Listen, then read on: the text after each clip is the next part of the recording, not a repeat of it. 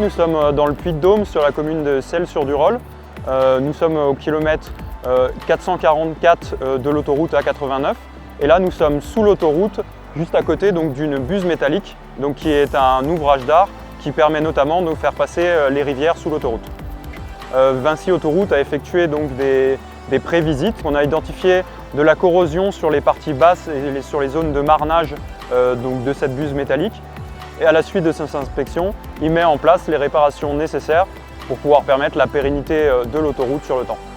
Au niveau environnemental, pour pas qu'il y ait de soucis au niveau des poissons, il y a ce qu'on appelle une pêche électrique qui a été faite en amont par la fédération de pêche du département 63 pour tout simplement sauvegarder l'intégralité des poissons qui pouvaient se trouver dans la buse. On va réaliser une pêche de sauvegarde, l'idée étant de déplacer les poissons. C'est une pêche électrique, c'est-à-dire qu'en fait on va délivrer un courant dans le cours d'eau et ce courant va déclencher une nage forcée chez les poissons, ce qui va nous permettre de les attraper ensuite avec une épuisette. L'idée étant de déplacer les poissons qui sont présents dans la rivière avant les travaux qui vont être réalisés par la société d'autoroute.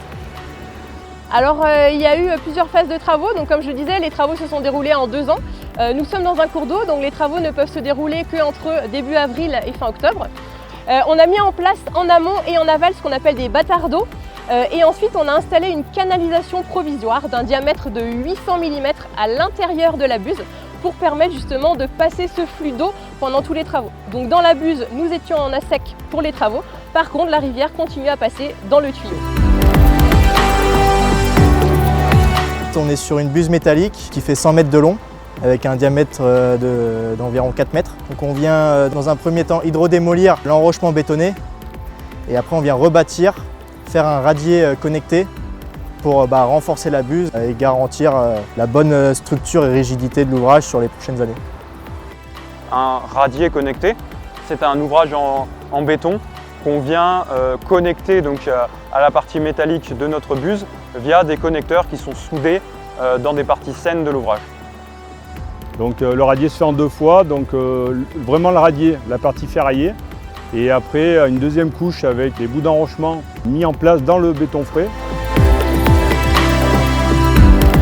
La difficulté de l'opération, c'est le cadre. On est sur une buse de 4 mètres de diamètre avec un écopale à l'intérieur pour la déviation de la Durolle.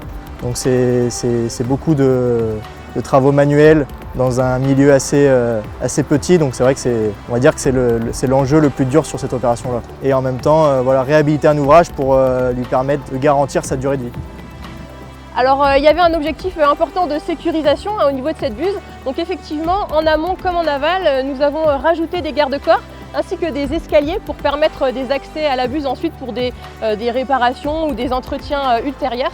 Et donc voilà, comme vous pouvez le voir, des beaux garde-corps en bois ont été mis tout autour des perrets de la buse.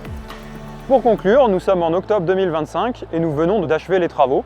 Alors d'une part pour renforcer la structure de l'ouvrage et d'autre part pour améliorer les aménagements piscicoles.